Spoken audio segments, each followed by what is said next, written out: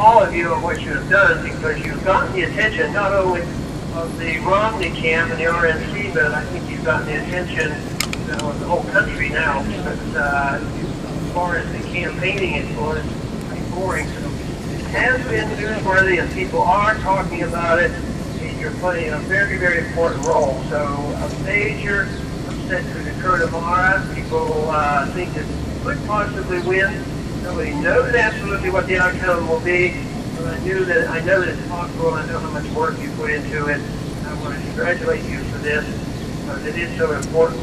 I'm delighted to hear there's a lot of young people. Tonight when I was on Pluto, that subject came up, and Pluto, if you didn't hear it, took the position, well, they'll be crazy if they don't, allow culture voters to participate, part of what's going on. That's really the issue. They don't want to convert their views to believing in liberty and limited government and civil liberties and a foreign policy that makes sense and a monetary policy that makes sense. And they would love to have our vote. Well, just wanting our votes hardly is the way to do it. They have to think about the position. And, some of the time what they'll like to say is that we're not part of the Republican Party. I guess many of you saw that article or blog that was in the Washington Times that said, well, if all people shouldn't be allowed to come in, they're not Republicans. What do they mean we're not Republicans? I would say if you looked at what we believe in and what Republicans profess to believe in, we're more Republicans than the rest of them.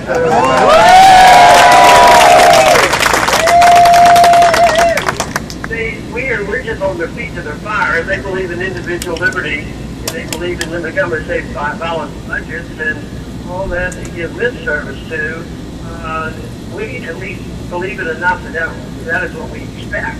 And that's why they have trouble dealing with people who work on principle. But I think that so far, I know all the time, no matter what kind of campaign I've ever been in, ever since 1974, always frustrations and annoyances, and nothing is ever perfect. But I'll tell you what, I've had more satisfaction from what has happened, especially in the last 5 years, than all the other years put together. And this past year has been fantastic. Not only have we reached a lot of people, I am very excited about the fact that the next generation is about to take over. People I've met on college campuses, fantastic, and the numbers have been very, very large on the turnout. So for that reason, I'm pretty much of an optimist. Not on the short run, not what's going on in Washington, but in the long run, what we're doing is having a tremendous impact. And people try to measure, and they say, well, if we don't win the nomination, we don't win the presidency, all is lost. You know what?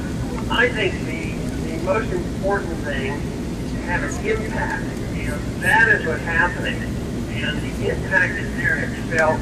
Everybody knows what's going on, and I think they have a bit of frustration in that they know we're right. They really do know we're right. You say living up to the rule of law, living up to the Constitution, defending liberty, really